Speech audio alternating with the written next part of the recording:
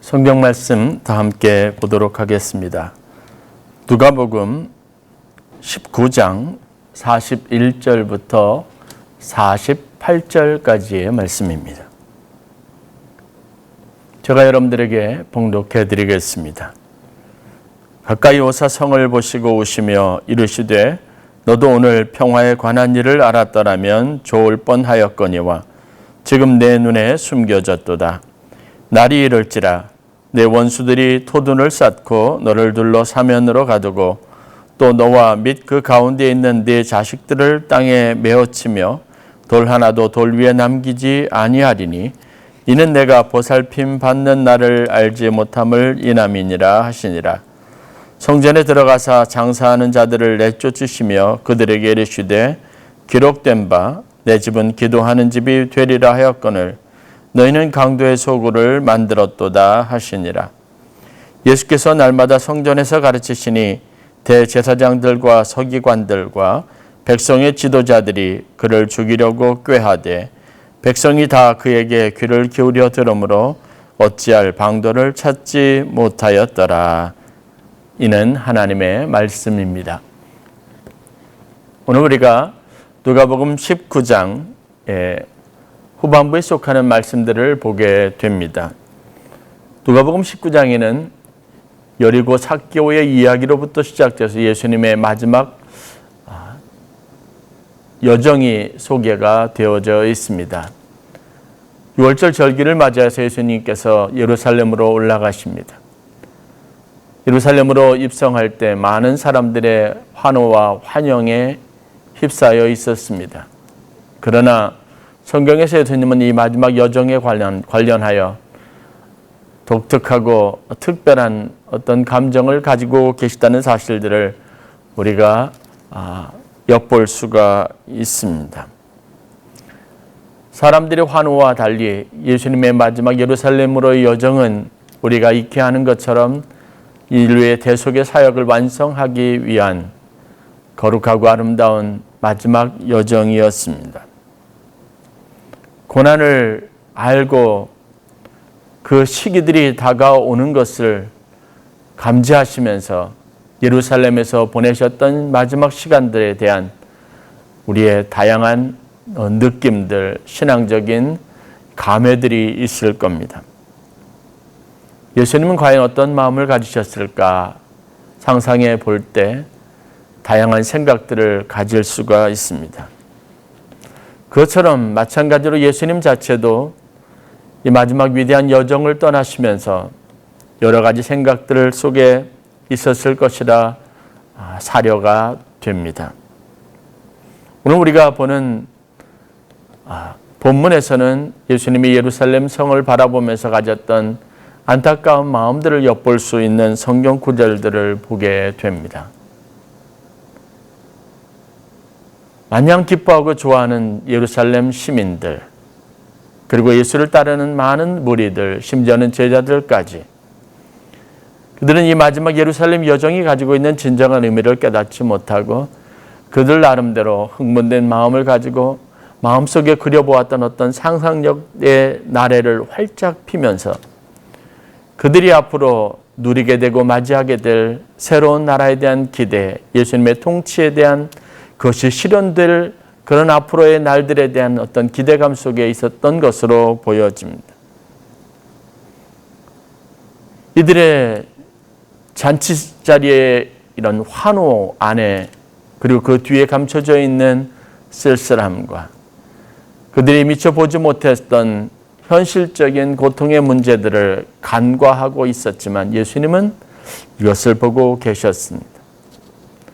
화려하고 아름다운 삶의 그 이면에 감춰져 있는 쓸쓸하고 허무한 인생들에 대해서 예수님이 보고 계셨다고 하는 사실들을 우리가 오늘 말씀을 통해서 보게 됩니다.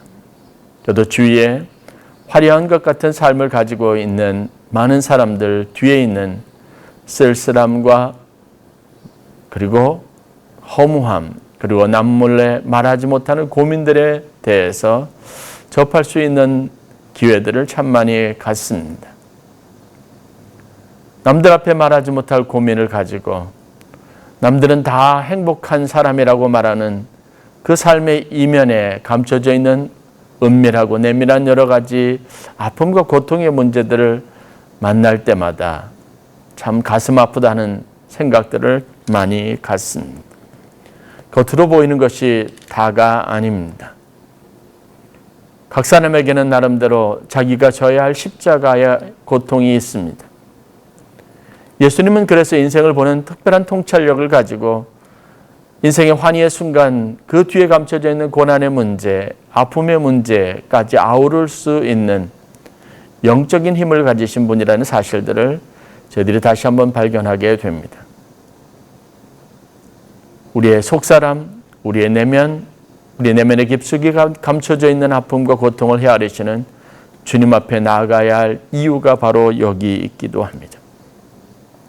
말할 수 없는, 말하지 못하는 고통스러움 속에서 신음하고 있는 사람들, 무엇인가 막 위장하고 자신들은 전혀 그렇지 않은 행복한 사람인 것처럼 보여지는 사람들의 삶 속에 감춰져 있는 아픔의 문제들을 다루시고 그것을 치유하시고 그것을 통해서 온전하고 회복되기를 원하시는 이 주님의 사랑의 손길을, 이 관심과 우리가 만나는 노력들이 반드시 있어야 한다는 사실입니다.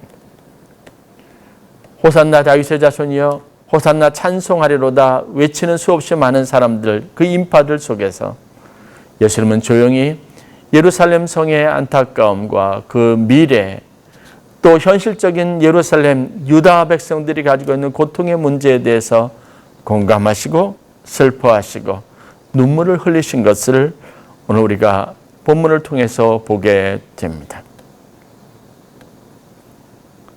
하나님이 지키시고 보호하신 것, 하나님의 손길이 그들 가운데 있어서 그들이 누리게 되어져 있었던 평화, 그들이 느끼는 이 단순한 감정들, 그것에 취해 있는 안타까운 사람들이 분별력을 갖지 못하고 행동하고 있는 이 안타까운 모습들, 그것이 예수님이 예루살렘 성과 그곳에 있는 사람들을 보면서 눈물을 흘리신 주요한 이유입니다. 42절의 말씀입니다. 이르시되 너도 오늘 평화에 관한 일을 알았더라면 좋을 뻔하였거니와 지금 내 눈에 숨겨졌도다. 하나님이 주시는 평화가 있었기에 누릴 수 있었던 것이지 현실은 훨씬 더 고단하고 힘든 상황 가운데 있었습니다. 그들이 눈에 숨겨져 있었을 뿐입니다. 곧 고통의 날이 이를 것이고 그들의 삶 속에 임하고 있는 여러 가지 많은 불완전한 상황들이 그들의 삶에 위협이 될 것이고 그들은 이 땅에서 절망하게 될 것임을 알지 못한 채 눈앞에 있는 현상들에 매어서 착각 속에서 자신 앞에 진실하고 솔직하지 못한 모습으로 살아가고 있는 것을 볼 수 있습니다. 성전에서 예수님께서 성전을 청결케 하신 사건들을 통해서 보는 것도 무엇입니까? 그들이 이러한 상황에 대해서, 그들이 임박해 있는 죄악의 현상과 문제들에 대해서, 그들 나라가 로마로부터 겪고 있는 핍박과 또 앞으로 당할 여러 가지 환난의 문제에 대해서 미리 그들이 영적인 감각을 가지고 알았다면 이 하나님의 성전에서 그들이 장사를 하며 그들이 이익에 급급해서 돈을 벌기 위해서 온갖 수단과 방법을 동원하는, 그래서 하나님의 말씀과 성전이 가져야 될 기본적인 기능조차도 제대로 지키지 못하면서 난장판인 채로 성전이 무방비 상태로 이렇게 버려져 있는 이러한 상황을 초래하지 않았을 것이라는 마음을 가지고 주님께서 이 성전을 향한 안타까운 마음을 토로하신 겁니다. 내 집은 기도하는 집인데 너희가 이곳을 강도의 구렬로 만들었다라고 말씀하셨습니다. 말씀을 가르칠 때 대제사장들과 서기관들, 그 바리새인들은 오히려 예수님의 말씀이 가지고 있는 본질적인 의미를 깨닫지 못하고 이들이 자신의 권위를 지키기 위해서 자신이 가지고 있는 기득권에 급급해서 오히려 그들을 위하여 구세주로 오신 예수를 죽이려는 궁리를 하게 됩니다. 그들이 두려워해야 할 참된 하나님을 두려워하지 않고 오히려 예수님 주위에서 환호하고 있는 백성들을 두려워하는 안타까운 모습을 우리가 성경을 통해서 보게 됩니다. 오늘 이 모든 말씀은 우리가 우리 자신의 생각과 우리가 가지고 있는 교만과 아집과 고집에 휩싸여 있을 때 얼마나 현실과 동떨어진 불쌍한 삶을 살 수밖에 없는지를 우리에게 보여주고 있습니다. 그들이 장차 닥칠 일이 무엇인지, 우선은 제자들이 스승 예수께서 어떤 일을 경험하게 될지 알지 못한 채 자기 나름대로 예수와 함께 누릴 영광에만 도취되어져 있는 이 안타까운 모습들에 대해서 고발하고 있습니다. 예수님을 맞이하느라고 환호하는 많은 사람들은 자신들이 왕으로 와서 다스리고 다윗의 영화를 회복할 위대한 메시아로서 예수의 모습만 보았지, 그 예수, 메시아인 예수가 사람들 앞에 얼마나 처참하게 짓밟히며 얼마나 비참한 모습으로 십자가를 지고 가야 할지 알지 못한 채 그들은 지금 환호하고 있었던 겁니다. 예루살렘 성전, 그들이 가지고 있었던 화려함과 영광은 무너져야 할 것이고 무너질 것이었지만 오히려 그곳에서 권력이 도취해 있던 많은 성전 지도자들은 그것을 자신들이 이익을 극대화하는 일에만 급급했습니다. 그 성전에서 하나님의 보호하심과 인도하심과 도우심을 구하며 기도하는 일은 게을리하고 있었다고 하는 사실입니다. 현실을 외면한 채 여러분, 우리의 생각, 우리의 교만한 마음에 도취되어져 있는 어리석은 삶으로부터 벗어나야 합니다. 2021년 대한민국이 처한 위치, 우리 민족이 지금 가지고 있는 위기들, 특별히 전 세계가 겪고 있는 기후의 문제, 환경 파괴로부터 우리에게 임박해질 심각한 재난의 상황들에 대한 인식들을 갖지 못한 채 우리는 오늘 우리의 이익, 그리고 우리가 가지고 있는 아주 작고 보잘것없는 안락함에 취해서 미래를 위해 준비하지 못하는 어리석은 일들을 반복하고 있다는 겁니다. 예수님께서 예레미야 선지자를 사명자로 세우셨습니다. 그에게 말씀을 위탁하셨습니다. 예레미야를 찾아가셨던 하나님께서는 그에게 두 가지 환상을 보이셨습니다. 내가 무엇을 보느냐? 그때 예레미야는 대답합니다. 살구나무 가지를 봅니다. 두 번째, 하나님께서 환상을 그에게 보여주셨습니다. 내가 무엇을 보느냐? 그때 예레미야가 대답합니다. 북에서 나무로 기울어진 끓는 가마를 보았습니다. 이 두 가지 환상은 예레미야에게 앞으로 되어질 일과 그 모든 일들 속에서 하나님께서 예레미야의 삶 속에 함께 하신다고 하는 것, 그리고 하나님께서 주신 말씀을 신실하게 이루실 것이라고 하는 확실한 메시지가 되었습니다. 그렇게 예레미야는 하나님 앞에 사명을 받은 예언자, 선지자가 되었습니다. 그러나 예레미야의 삶이 예언자로서, 선지자로서 그의 삶이 우리에게 보여주는 진짜 교훈은 무엇이었습니까? 예레미야는 현실과 동떨어진 그런 단지 메시지만 선포하는 예언자가 아니었습니다. 예레미야는 자신의 삶 속에서, 자신의 민족들이 처한 운명 속에서 그들과 같이 고통을 겪으면서 그들의 무지함 속에서 답답한 마음을 눈물로 토로하면서 하나님의 뜻을 선포해야만 하는 운명을 가진 진짜 부르심을 받은 사명자였습니다. 남의 일이 아니라 내 일이 되어서 그들의 어리석음과 함께 그들이 겪고 있는 이 세상적인 무감각한 그런 그것들을 깨우치기 위해서 그들이 가하는 육체적인 고통을 겪어내야 하고 무지한 그들을 깨우치기 위해서 그들은 예레미야는 눈물을 흘려 그들에게 호소해야만 하는, 몸으로 그 고통스러운 모든 경험들을 살아내야만 하는 선지자로서 부르심을 받았던 사람이었습니다. 예레미야에게 하나님께서 주신 말씀이 무엇입니까? 예레미야서 9장 1절 말씀입니다. 어찌하면 내 머리는 물이 되고 내 눈은 눈물 근원이 될고 죽임을 당한 딸 내 백성을 위하여 주화로 흘리려다. 눈물의 선지자로 부름받은 예레미야가 자신의 정체성을 이렇게 말하고 있는 겁니다.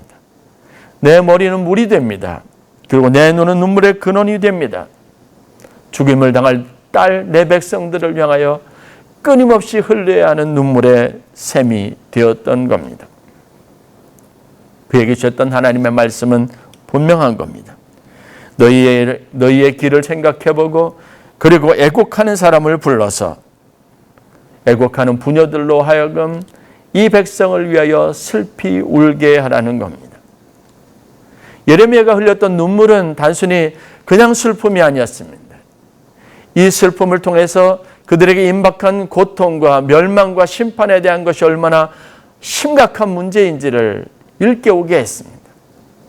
그 중심으로 불타는 것 같은 안타까운 마음과 눈물을 통해서 주위에 있는 많은 사람들이 자신이 처한 상황과 환경에 대한 인식을 바로 하기를 원하셨던 하나님의 부르심이 그에게 있었고, 그 부르심을 따라 예레미야는 눈물의 선지자가 되었습니다. 남의 고통과 아픔을 같이 공감하면서 그들의 처한 현실에 대한 감각을 같이 연대하면서 여러분 함께 이 문제와 위기들을 극복하기 위한 하나님의 계획으로 세운 선지자가 바로 예레미야였습니다. 세상의 아픔과 고통은 남의 일이 아닙니다. 결코 남의 일이 될 수 없습니다. 오늘 우리가 함께 겪어내야 하고 함께 겪을 수밖에 없는 일들입니다. 그래서 오늘 하나님이 우리에게 주시는 말씀을 대할 때 우리는 이 말씀 앞에 겸손하게 설 수밖에 없습니다. 질병의 고통으로 병원에 입원해서 치료받고 수술받고 있는 사람들의 아픔이 결단코 그 사람만의 아픔이 될 수 없습니다. 그것이 곧 나의 아픔일 수 있습니다. 우리 모두가 겪어야만 하는 일일 수 있습니다. 그래서 하나님은 그러한 상황들을 통해서 우리에게 말씀하시고 말씀을 통해서 우리에게 깨닫게 하십니다. 그 사람의 마음과 심정을 공감하게 하십니다. 그들의 눈물이 우리의 눈물이 되게 하시기를 기뻐하십니다.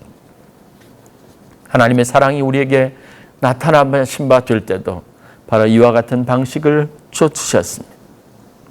하나님의 사랑을 우리에게 보여주신 것이 바로 예수 그리스도께서 십자가에 달려 돌아가심으로 우리에게 보여주신 사랑입니다.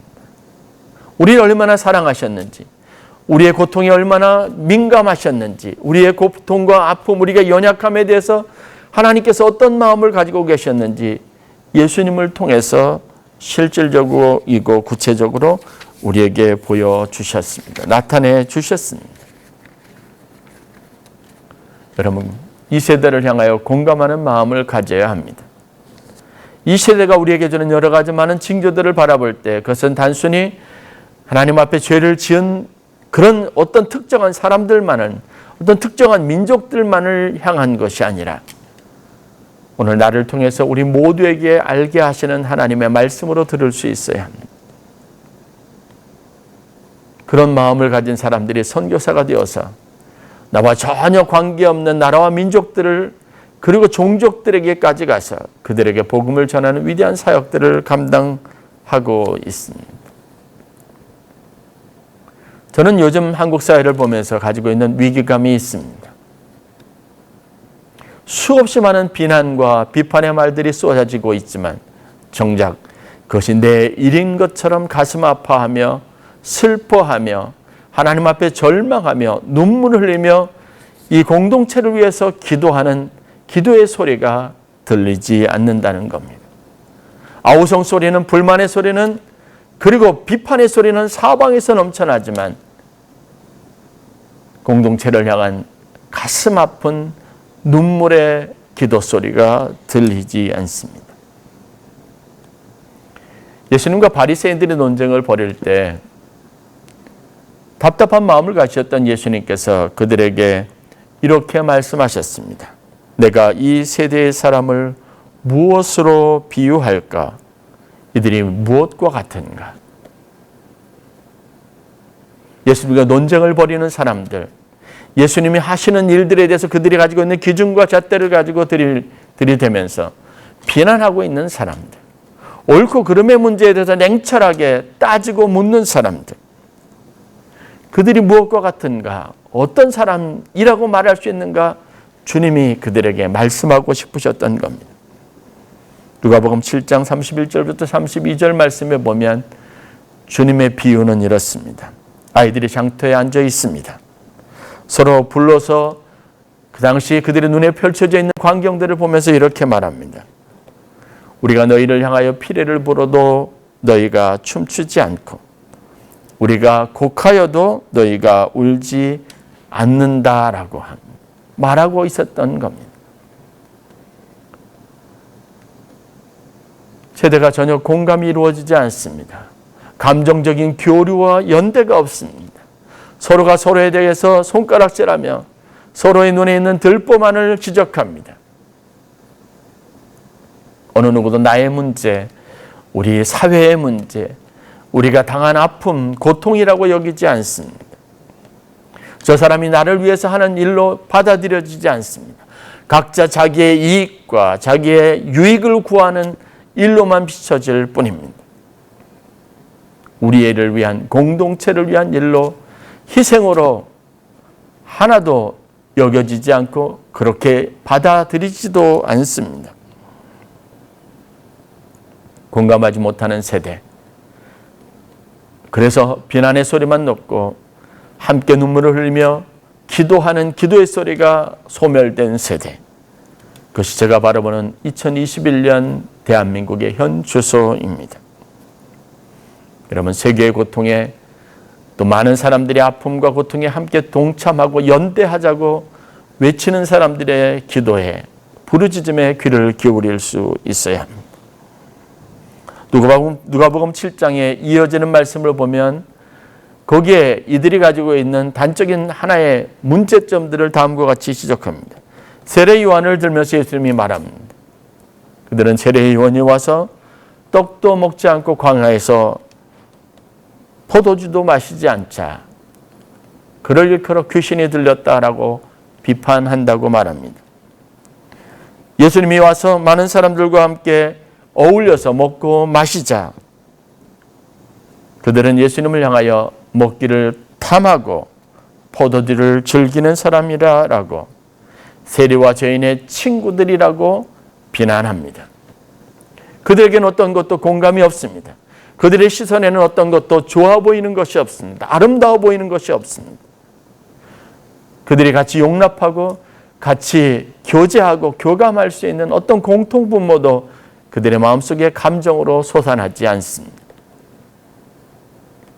그것이 예수님 당시에 그 세대를 바라보는 예수님의 냉철한 비판의식이었습니다. 여러분, 하나님은 우리에게 그리스도의 사랑으로 이 세상과 이 세상이 가지고 있는 모든 아픔과 고통, 그것에 함께 동참하며 그 모든 일들과 함께 연대하며 우는 일들과 같이 울고 기뻐하는 일과 함께 춤추기를 원하는 그 거룩한 삶으로 우리를 부르셨다는 사실들을 잊지 않아야 합니다.